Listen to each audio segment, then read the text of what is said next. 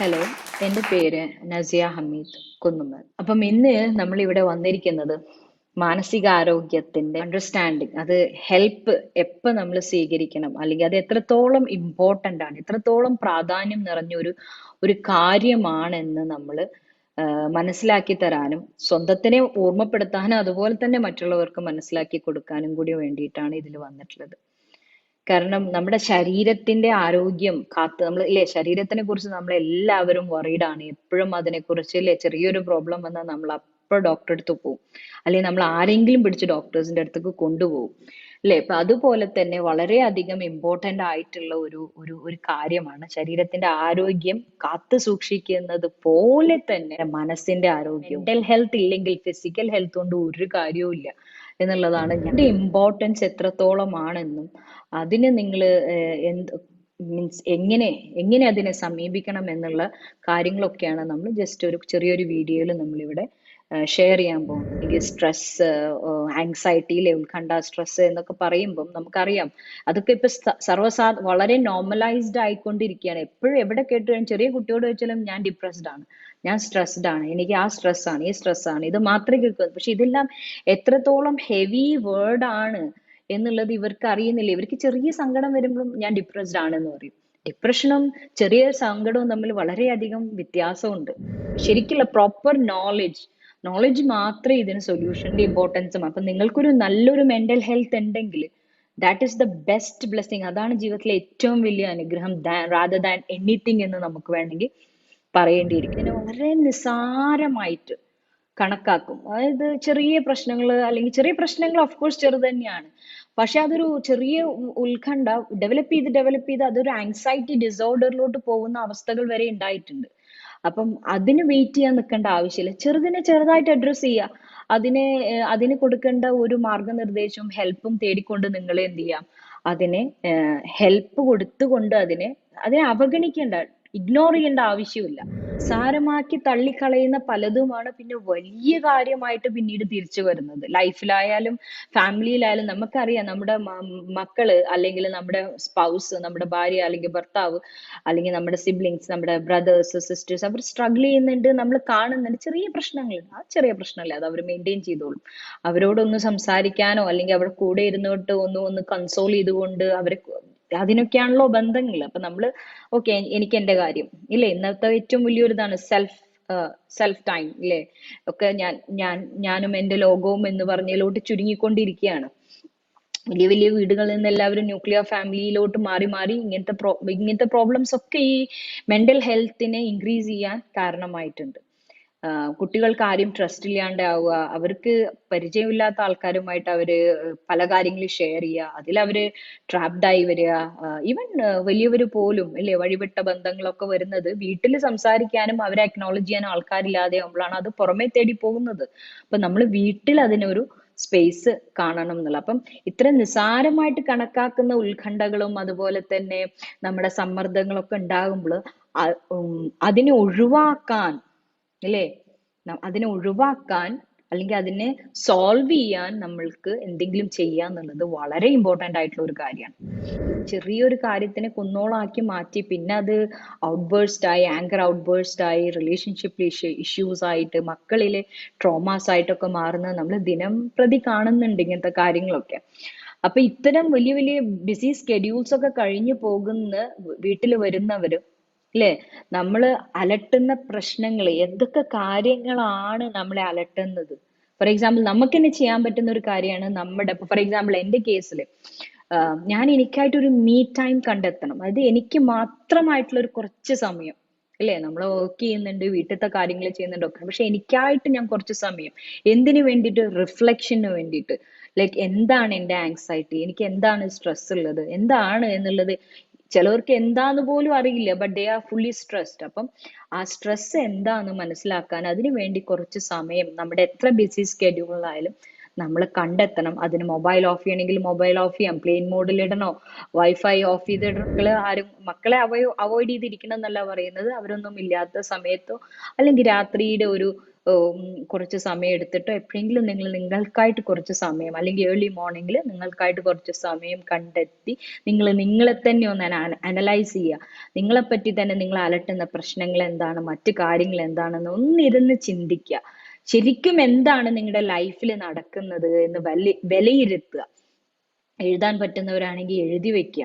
അങ്ങനെ പല കാര്യങ്ങളും നമ്മൾ ഒരു മൈൻഡ്ഫുൾ ആയിട്ട് ജീവിക്കുക, ലൈഫിനെ സെൻസ് ചെയ്തുകൊണ്ട് ജീവിക്കുക.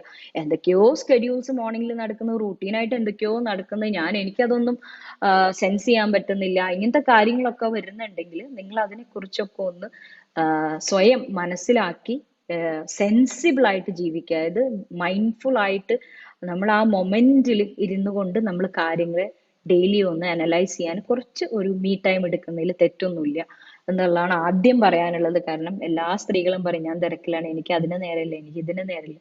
നേരം എല്ലാവർക്കും 24 hours മാത്രമേ ഉള്ളൂ എല്ലാവർക്കും കിട്ടുക.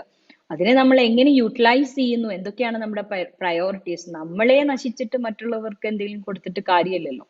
അപ്പൊ നമ്മളെ തന്നെ ഒന്ന് നമ്മള് ഇൻസൈഡ് ഔട്ട് എന്ന് പറയില്ലേ, നമ്മുടെ ഉള്ളിൽ എന്താണ് അത് പുറത്തോട്ട് വരും ഇല്ലേ. ഇന്നല്ലെങ്കിൽ നാളെ അത് പുറത്തോട്ട് വരും, അത് ട്രോമയായിട്ട് മാറും. കുട്ടികളിലാണെങ്കിൽ നിങ്ങളെ കുട്ടികളിലോട്ട് നിങ്ങൾ ഷൗട്ട് ചെയ്യും, പ്രശ്നങ്ങളൊക്കെ വരും. മാനേജ് ചെയ്ത് നല്ല ഒരു രീതിയിൽ കൊണ്ടുപോവാണ് ഏറ്റവും നല്ലത്. ഓക്കെ, അപ്പൊ അതിനെ വിലയിരുത്താൻ കുറച്ച് സമയം കണ്ടെത്തുക. പിന്നെ മറ്റെന്തിനേക്കാട്ടിലും ഉപരിയായിട്ട് നമ്മൾ എന്താ ഇപ്പൊ കാണുന്ന ഒരു പ്രശ്നം ലോകമെമ്പാടും, നമ്മൾ കരുതി കേരളത്തിൽ മാത്രമായിരിക്കും ഇങ്ങനത്തെ പ്രോബ്ലംസ് എന്ന് കരുതി. പക്ഷെ നമ്മൾ വെസ്റ്റിലെ ക്ലയൻസിനെ ഡീൽ ചെയ്യുമ്പം അവരാണ് കൂടുതൽ ഈ പ്രശ്നങ്ങൾ. കാരണം അവിടെ ഒരു ഫാമിലി സിസ്റ്റം വളരെ റെയർ ആണ്. അതുകൊണ്ട് തന്നെ അവരുടെ പ്രശ്നങ്ങൾ കേൾക്കും. നമുക്ക് ചിലപ്പോൾ ഒന്നിനും സൊല്യൂഷൻ പറക്കാൻ അവർക്ക് ഫാമിലി മെമ്പേഴ്സ് ഉണ്ടാവില്ല, അവർ ഇൻഡിപെൻഡന്റ് ആയിരിക്കും, ഒരു വീടിന്റെ ഉള്ളിൽ തന്നെ അവർ ഒറ്റയ്ക്കായിരിക്കും. അപ്പൊ ഇത്തരം ഒറ്റപ്പെടലുകളും, അപ്പൊ അവർക്കൊക്കെ ഇങ്ങനത്തെ കൗൺസിലിംഗ് സെന്റേഴ്സിൽ പോവുക, അവരുടെ കാര്യങ്ങളെയൊക്കെ നമ്മൾ ലഘൂകരിച്ചു കൊടുക്കുക. പലർക്കും പോയി കൗൺസിലിംഗ് ചെയ്യാനുള്ള നിവൃത്തി ഇല്ല, മീൻസ് ട്രാൻസ്പോർട്ടേഷന് ടാക്സിക്ക് കൊടുക്കാൻ കാറില്ല, ഡ്രൈവ് ചെയ്യാൻ അറിയില്ല. ഇങ്ങനത്തെ പ്രശ്നങ്ങളൊക്കെ ഇന്ന് സൊല്യൂഷൻ ഉണ്ട്, നിങ്ങൾക്ക് വീട്ടിലിരുന്ന് കൊണ്ട് തന്നെ ഹെൽപ്പ് കിട്ടും. അപ്പം ഹെൽപ്പ് വേണ്ട ഒരു സാഹചര്യം ഉണ്ടെങ്കിൽ അതിനെ റിയലൈസ് ചെയ്യുക എന്നുള്ളതാണ് ആദ്യത്തെ കാര്യം ഇല്ലേ. പക്ഷെ ഈ ഹെൽപ്പ് നേടുന്നത് തലയ്ക്ക് ഓളം ഇല്ലാത്ത ആൾക്ക് മാത്രമേ ഉള്ളൂ. അല്ലെങ്കിൽ പണ്ടൊക്കെ തമാശക്ക് പറയുന്നു പൂങ്കളയിൽ കൊണ്ട് അഡ്മിറ്റ് ചെയ്യണം എന്നൊക്കെ. അങ്ങനത്തെ മാത്രമേ ഉള്ളൂ. അല്ലെങ്കിൽ ഇത് എന്തെങ്കിലും ഒരു കൗൺസിലിംഗ്, ചെറിയൊരു കൗൺസിലിംഗ് എടുത്തു കഴിഞ്ഞാൽ അവര് അതിന് വട്ടാണ്, ആ ഡോക്ടറെ അടുത്ത് പോയിട്ടുണ്ട് എന്നൊക്കെ പറയുന്ന ഒരു സ്റ്റിഗ്മ നമ്മുടെ സമൂഹത്തിൽ നിലനിൽക്കുന്നുണ്ട്. പക്ഷെ ഇപ്പൊ കമ്പാരിറ്റീവ്ലി കുറവാണ്, കുറച്ചും കൂടി എഡ്യൂക്കേറ്റഡ് ആയതുകൊണ്ട്. പക്ഷെ എന്നിരുന്നാലും നിലനിൽക്കുന്ന കാര്യമാണത്. പക്ഷെ അതിനെ കുറിച്ചൊന്നും നിങ്ങൾ വറീഡ് ആവണ്ട എന്നാണ് ഞാൻ പൊതുവെ പറയാം. കാരണം നിങ്ങൾ നിങ്ങളെ നോക്കുക, കാത്തു സൂക്ഷിക്കുക. നിങ്ങൾക്കൊരു സഹായം വേണമെങ്കിൽ അതെനിക്ക് സഹായം വേണം. ഇനി നിങ്ങളുടെ ചുറ്റുപാടുമുള്ള കുടുംബക്കാർ നിങ്ങളെ മനസ്സിലാക്കുന്നില്ല, അല്ലെങ്കിൽ നിങ്ങളുടെ ഈ ഒരു ഡൗൺ മോഡ്, അല്ലെങ്കിൽ ഒരു ചെറിയൊരു ലോ മൂഡ് നിങ്ങൾക്ക് ചെയ്യാൻ പറ്റാതെ ഇരിക്കുക, അങ്ങനെ എന്തെങ്കിലും ബുദ്ധിമുട്ട് നിങ്ങളുടെ കുടുംബക്കാർ എന്തുകൊണ്ടോ നിങ്ങളെ മനസ്സിലാക്കുന്നില്ല എന്നുണ്ടെങ്കിൽ നിങ്ങൾ നിങ്ങൾക്ക് വേണ്ടി സ്റ്റാൻഡ് ചെയ്യുക. ഐ നീഡ് ഹെൽപ്പ് എന്ന് പറയുക. അതിനെ കൊണ്ട് ഒരു പ്രശ്നമില്ല, നമ്മളൊക്കെ മനുഷ്യരാണ്, നമുക്ക് ഹെൽപ്പ് വേണ്ടി വരും. ഈ ലോകത്തോട്ട് വരാനും നമുക്ക് ഹെൽപ്പ് വേണം, ഈ ലോകത്ത് പോവാനും നമുക്ക് ഹെൽപ്പ് വേണം ഇല്ലേ. ഹെൽപ്പ് വേണം എന്ന് പറയുന്നതിൽ ഒരു തെറ്റുമില്ല. ഹെൽപ്പ് ആവശ്യപ്പെടുന്നില്ലെങ്കിൽ അതായിരിക്കും തെറ്റ്. അപ്പൊ നമ്മൾ അത് മനസ്സിലാക്കുക. ഹെൽപ്പ് ചോദിക്കുന്നത് ഒരു തെറ്റല്ല, അത് നിങ്ങളുടെ റൈറ്റ് ആണ്, അത് മനസ്സിലാക്കുക, നിങ്ങളുടെ അവകാശമാണത്. Okay, if someone is not understanding your mental health issues, then അത് അവരുടെ ഫോൾട്ടാണ്, നിങ്ങളുടെ ഫോൾട്ട് അല്ല. അവരുടെ അറിവില്ലായ്മയാണ്. അപ്പൊ അവരുടെ അറിവില്ലായ്മയ്ക്ക് നിങ്ങൾ വില കൊടുക്കേണ്ട ആവശ്യമില്ല. So you need to stand for yourself and ask for help എന്നുള്ളതാണ് ഒരു കാര്യം പറയാനുള്ളത്. സ്ഥിരമായിട്ട് അനുഭവിക്കുന്നവരുണ്ട്, സ്ഥിരമായിട്ട് on daily basis, because of family situation, work situation, financial situation അല്ലെ, ഒരുപാട് മേഖലകളിൽ ഇത് ഡെയിലി ബേസിസിൽ അനുഭവിക്കുന്നവരുണ്ട്. അപ്പോൾ we are just part of ഒരു ഹ്യൂമൻ സൊസൈറ്റി. ഇത് ഒരാൾ മാത്രമാണ്. അപ്പൊ ദിസ് ഇസ് വെരി നോർമൽ. ചിലർ അത് പുറത്ത് പറയും, ചിലർ പറയില്ല, ഉള്ളിൽ സ്ട്രഗിൾ ചെയ്ത് അങ്ങ് തീരും. അത്ര മാത്രമേ ഉള്ളൂ. അല്ലാതെ ആരും 100% ഹാപ്പി ഹ്യൂമൻ ബീങ്സ് അല്ല, അങ്ങനെയൊന്നും ഇല്ല. പെർഫെക്ഷൻ എന്ന് പറഞ്ഞ ഒരു സംഭവം എന്നുള്ളത് നിങ്ങളുടെ ലൈഫിനെ മെന്റൽ ബ്ലോക്സോ മെന്റൽ ഹെൽത്തിന് വരും, ബാധിക്കുമ്പോൾ നമുക്ക് മെന്റൽ ബ്ലോക്സ് വരും. നമ്മൾ പഠിക്കുന്ന കുട്ടിയാണ്, നമുക്ക് പഠിക്കാൻ കഴിയില്ല. നമ്മൾ എന്തെങ്കിലും പ്രൊഫഷൻ ചെയ്യുന്നതാണെങ്കിൽ അത് എഫക്റ്റീവായിട്ട് എഫിഷ്യന്റ് ആയിട്ട് ചെയ്യാൻ പറ്റില്ല.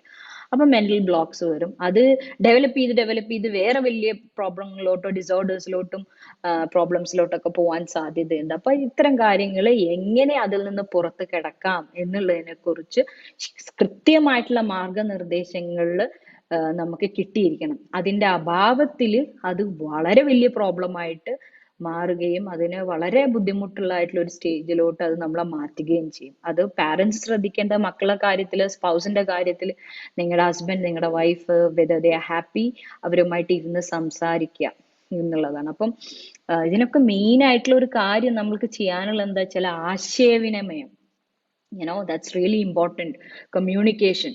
അപ്പം അമിതമായിട്ട് നിങ്ങൾക്ക് സ്ട്രെസ് സഹിക്കാൻ പറ്റാത്ത അമിത മാനസിക സമ്മർദ്ദം ഉണ്ടായാൽ എന്താ ചെയ്യാൻ പറ്റുക? ഇത്തരം അവസരങ്ങൾ നിങ്ങൾക്ക് ചെയ്യാൻ പറ്റുന്നത് അടുപ്പമുള്ള, നിങ്ങൾക്ക് വിശ്വസിക്കാൻ പറ്റുന്ന, നിങ്ങളെ പൂർവം നിങ്ങളെ മനസ്സിലാക്കുന്ന ആര് തന്നെ ആവട്ടെ, അത് ചിലപ്പോൾ ടീച്ചർ ആയിരിക്കാം, അല്ലെങ്കിൽ നിങ്ങളുടെ കസിൻ ആയിരിക്കാം, അല്ലെങ്കിൽ നിങ്ങളുടെ പാരന്റ് ആയിരിക്കാം, who it may be, neighbour ആയിരിക്കാം. പക്ഷെ മേക്ക് ഷുവർ ചെയ്യണം നിങ്ങൾ സേഫ് ആണെന്ന്.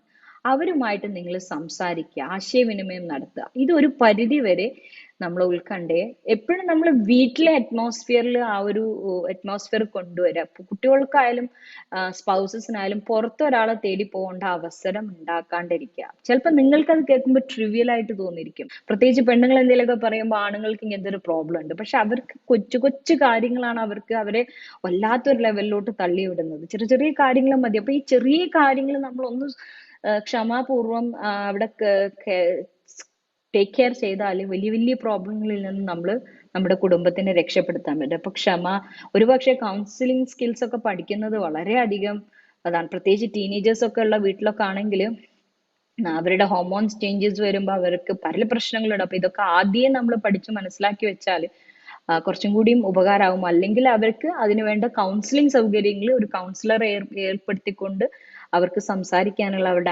ആങ്സൈറ്റീസ്, അവരുടെ സംശയങ്ങളെ ദൂരീകരിക്കാനൊക്കെയുള്ള മാർഗങ്ങൾ പാരന്റ്സ് ചെയ്തു കൊടുക്കണമെന്നാണ് പേഴ്സണലി എൻ്റെ ഒരു അഭിപ്രായവും അനുഭവവും.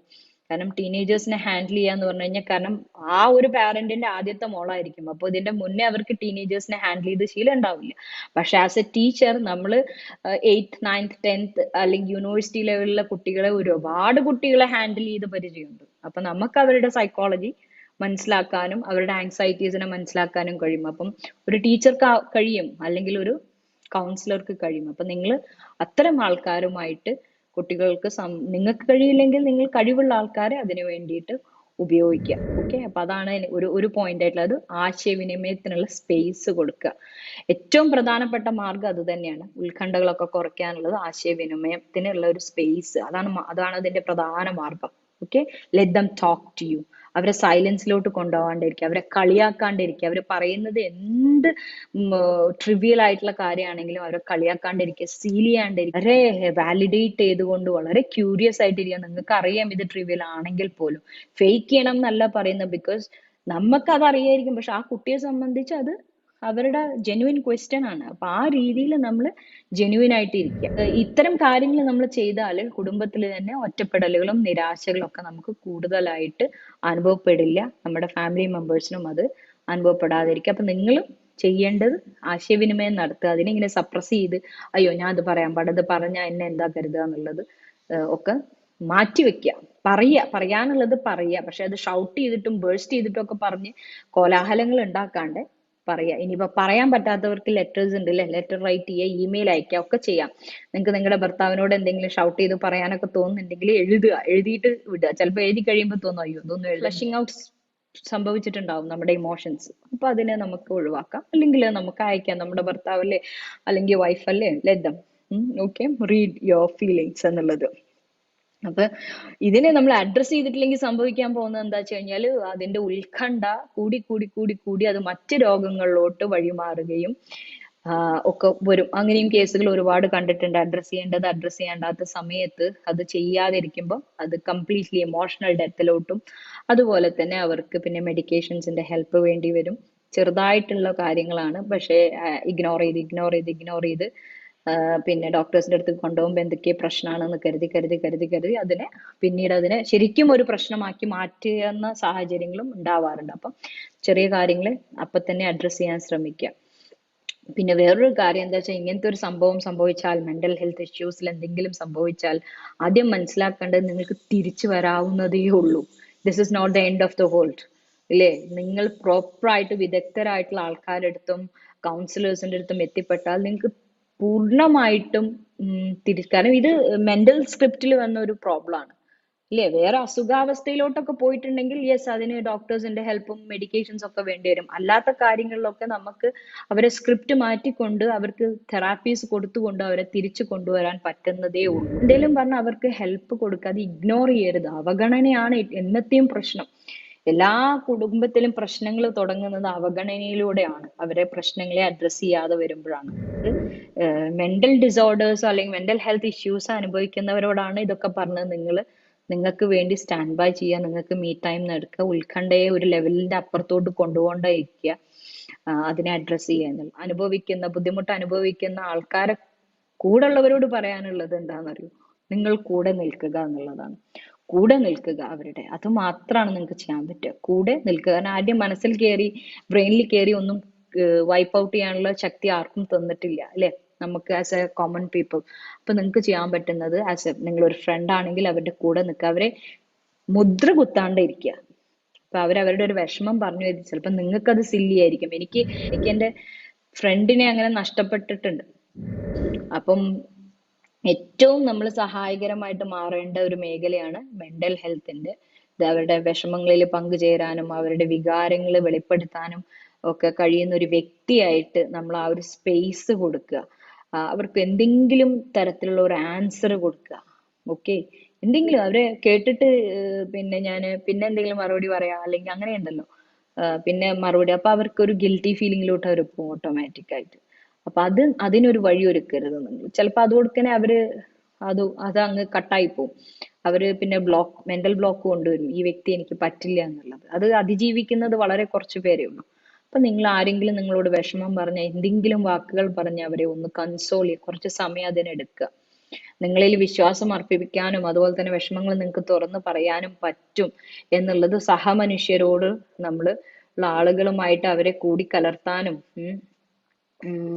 അതുപോലെ തന്നെ മറ്റുള്ള രോഗങ്ങളെ അപേക്ഷിച്ച് നമുക്ക് കരകയറാൻ മൂന്നിരട്ടി സാധ്യതകൾ ഉണ്ട് എന്ന് അവരെ പറഞ്ഞ് മനസ്സിലാക്കാനും, മറ്റുള്ള ഫിസിക്കൽ എയിൽമെന്റ്സിന്റെ പോലെയല്ല, മനസ്സിന് ഇതുപോലെ പെട്ടെന്ന് ഇങ്ങോട്ടും മാറാൻ പറ്റും, അങ്ങോട്ട് മാറിയ അതേ ഇത് തന്നെ ഇങ്ങോട്ടും മാറാൻ പറ്റും, കറക്റ്റ് ഗൈഡൻസും ഹെൽപ്പും കൊടുത്താൽ. അപ്പം ഇതൊക്കെ ഒന്നും ശാശ്വതമല്ല, this is not the end of the world എന്നും. അതുപോലെ തന്നെ നമ്മളൊരു കുട്ടി പഠിക്കുന്ന കുട്ടിയാണെങ്കിൽ ഈ കുട്ടിക്ക് ഇത് മാത്രമേ ഉള്ളൂ, നിങ്ങൾ അങ്ങനത്തെ ഒന്നും സ്റ്റിഗ്മ അവരുടെ അതിൽ കൊടുക്കാണ്ടിരിക്കുക. അവർക്ക് ചിലപ്പം അവരുടെ വഴികൾ ചിലപ്പോൾ മാറുമായിരിക്കും. ഒരു പേപ്പർ പോയി കഴിഞ്ഞാൽ ചിലപ്പോൾ അവരുടെ ടേണിംഗ് പോയിന്റ് ആയിരിക്കും വേറൊരു കാരിയറിലോട്ട് പോകാനുള്ളത്. അപ്പൊ അതൊക്കെ അവരെ പറഞ്ഞ് മനസ്സിലാക്കുക, അവർക്ക് ആ ഡിഫറെന്റ് ഓപ്ഷൻസ് കൊടുക്കുക. ഇതില്ലെങ്കിൽ വേറെ ഒന്നുണ്ട്, ഇഫ് യു കാൺ, ഇത് പറ്റൂലെങ്കിൽ നമുക്ക് വേറെ ഓപ്ഷൻസ് ഉണ്ട് എന്നുള്ളൊരു ഓപ്ഷൻസ് എപ്പോഴും കൊടുത്തുകൊണ്ടിരിക്കുക.